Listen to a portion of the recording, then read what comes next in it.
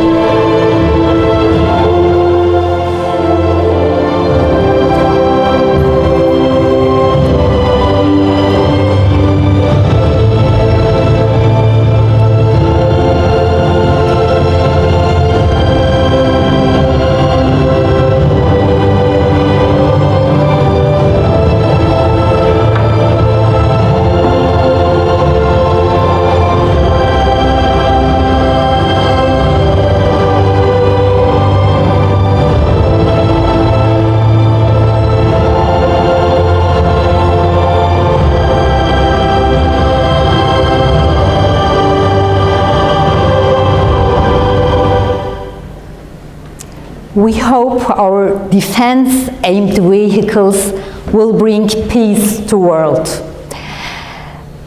We have a very technical workforce, engineers, technicians, a field that might sound to you remote from being human-centric. However, FNSS is a very human-centric company. As HR, we are quite digitalized and continuously improving our ecosystem. However, today, I would like to talk about the human dimension of digitalization. We give a great deal of importance being human-centric. Business does not have emotion. People do. People want to be part of something bigger than themselves. We need to feel included. We have emotions, we have needs, we have expectations, and that's what differs us from robots.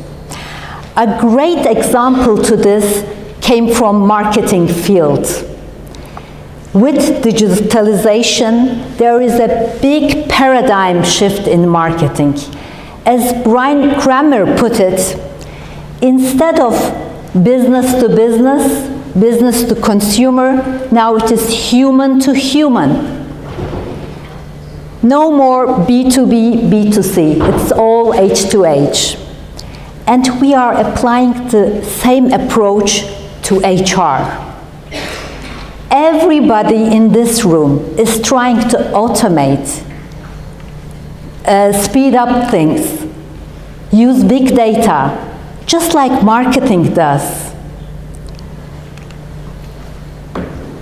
Human beings are innately complex, yet strive for simplicity.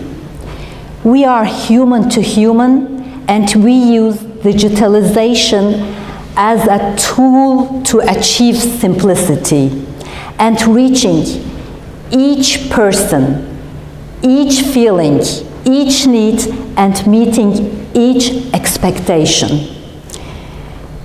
Change is happening so fast, and it's essential. Remember the top part of Maslow's pyramid? Self-actualization is at the top.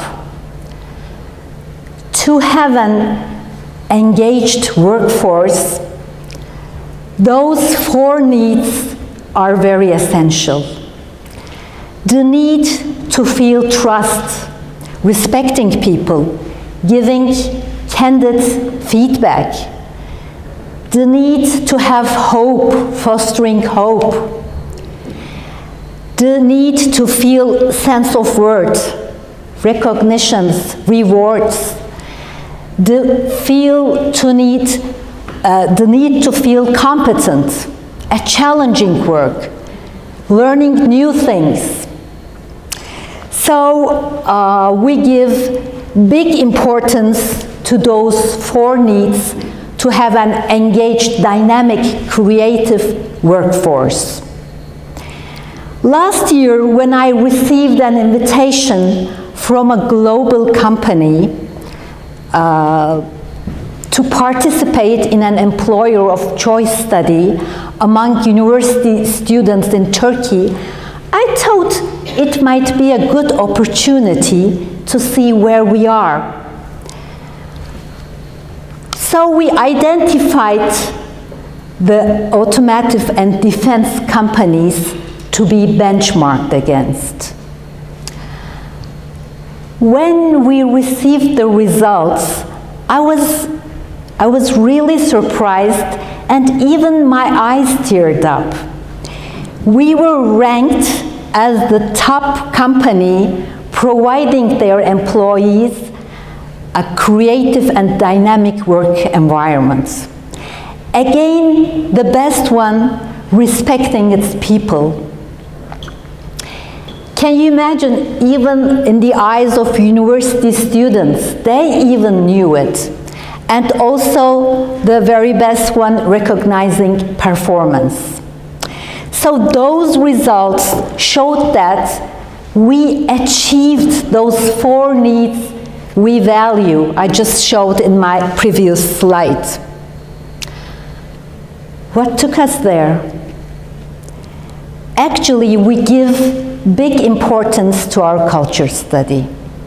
Let me give you some idea about our culture study and use only the last 3 years. Actually, in 2014, we developed our employee value proposition document. We conducted one-to-one interviews with at least 40% of our employees and asked each of them a set of pre-prepared questions, and we took notes. Those questions were like, what keeps you working here? What is the most positive thing about this company? What good things you tell to your family and to your friends about this company? And then looking through the responses to this survey, few commonalities jumped out. And from those, we prepared our employee value proposition statement. You can see the words, actually it says it's caring, respect, open communication, initiative. Those are from our employees this time. Those are our strengths as a company. And as HR, we want to make them even stronger.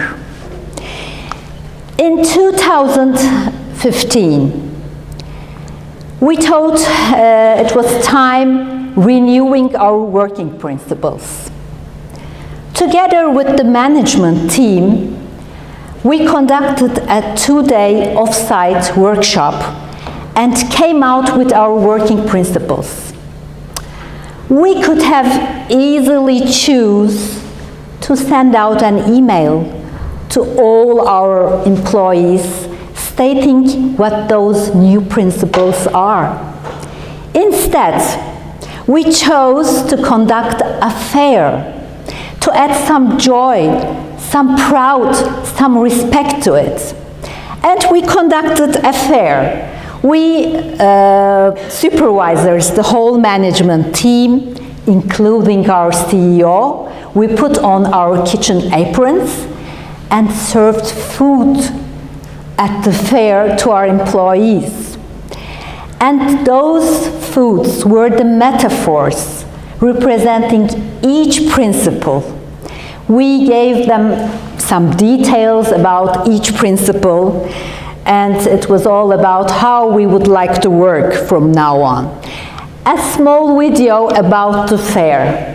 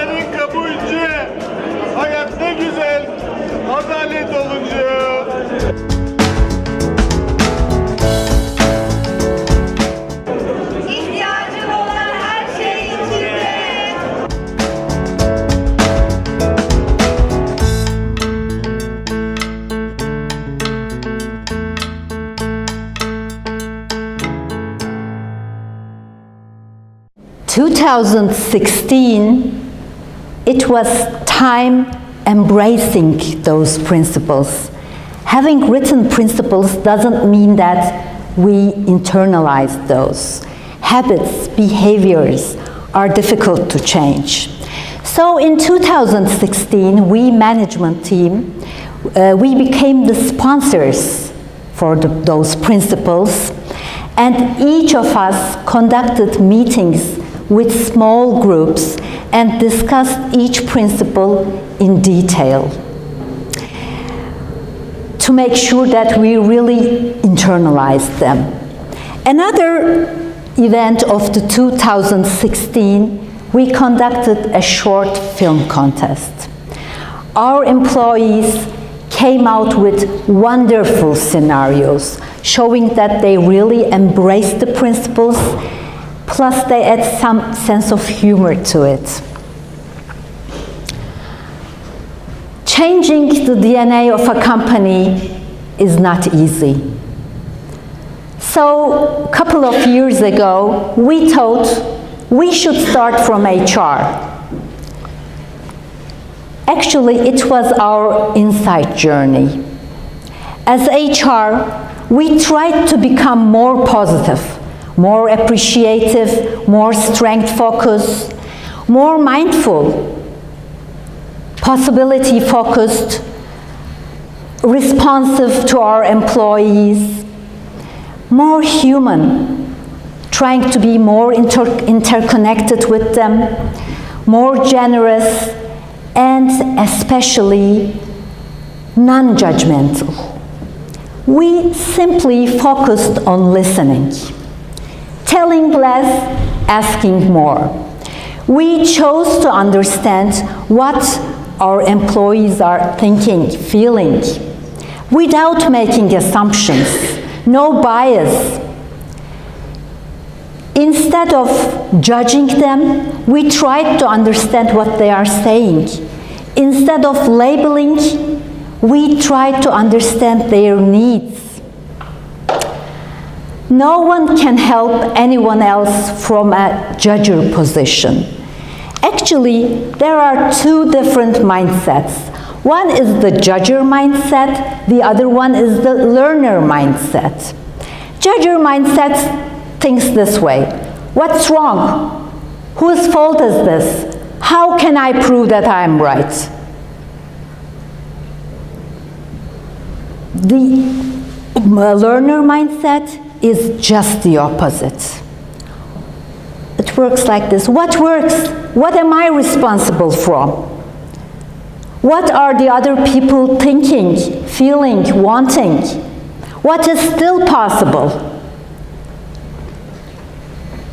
What did I learn from this experience? With the judger mindset, the future will always be the recycled version of the past. However, learners, they think this way: regardless of the situation, it is vital to remember that there is always a choice. We have a choice for how to respond. Having this in mind, it's always begin with the end in mind. They are always solution-oriented. What are my choices? How can I make it win-win? Let me give you an example from our hiring process. When our technical teams look for a candidate, they very much concentrate on the hard skills, like the background, experience, technical competencies. Those are, of course, very important. However, we give great importance to hard skills and also soft skills. So we conduct behavioral-based interviews. We were putting together reports for them.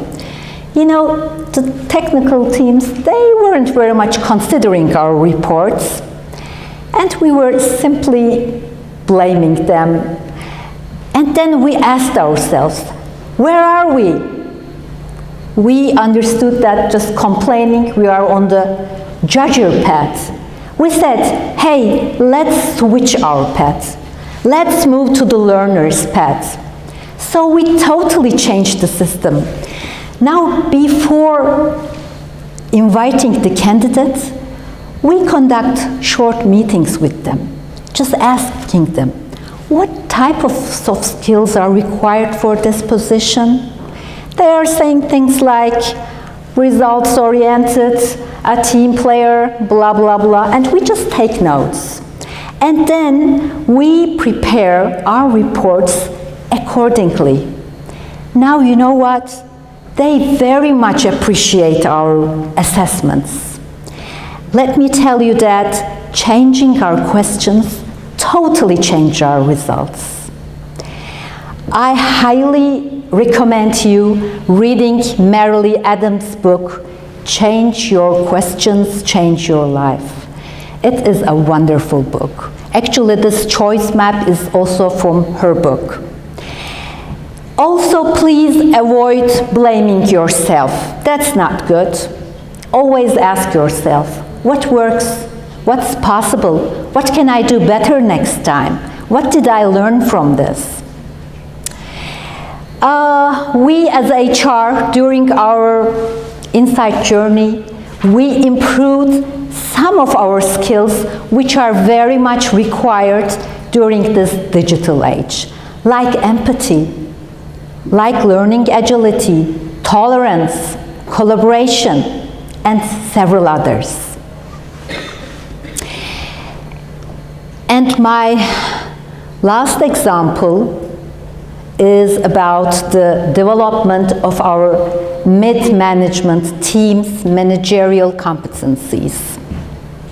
Actually, we took a group of people where we practiced design thinking here, conducted one-to-one meetings with each, and first of all, identified their personal values and strengths.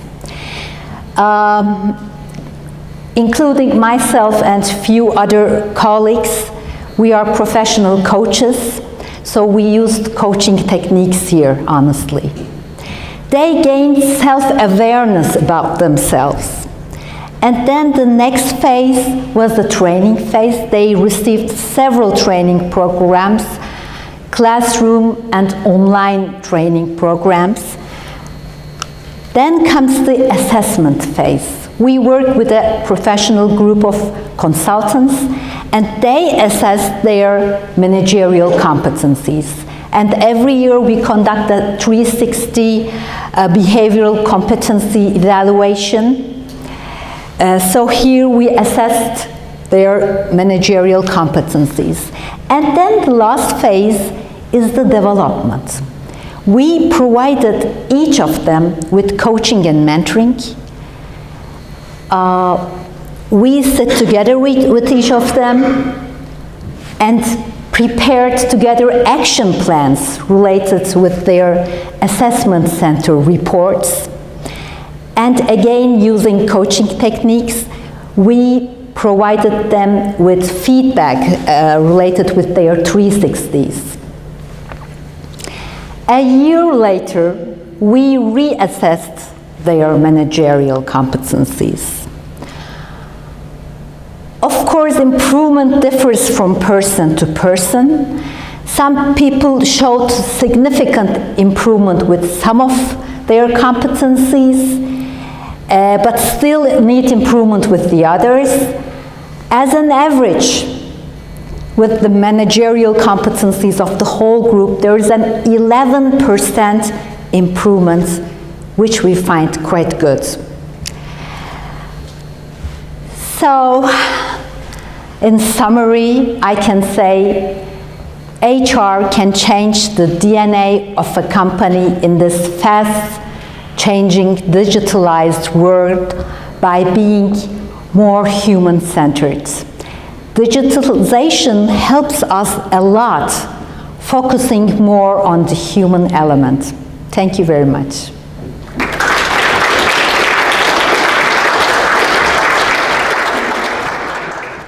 Thanks for sharing that. I really like that little chart with the ask more, I'm getting it wrong, listen more, tell less. Did you actually publish that? So we've got some principles in our team, for example. We haven't gone so far as to publish them. I'm kind of curious. Did you actually tell people that that's what you're doing, or did you just do it? When you say published, to the no. The employees. Of course, I mean, our principles inside the company, if you ask, they are everywhere, written, and we always communicate those. But, I mean, if you mean publishing to... No, I just mean, I thought that was an HR initiative. Within your function, the HR journey, that you did this more, actually, ask more, tell less. No. You just did it within yes. yourself. We said, but you know, they very much realize it. They say, well, we have an excellent HR department. They are coming when we make exit interviews, they say, you know, I'm so sorry because I'm sorry to leave. Here we got wonderful relations with HR, but we never tell them the story that we really worked hard on it. Very interesting, thank you. One question, what did they write on the post-its? They put on their signatures on the wall. So they sort of signed on to... They signed and they said, yeah, we should work accordingly. Thank you very much.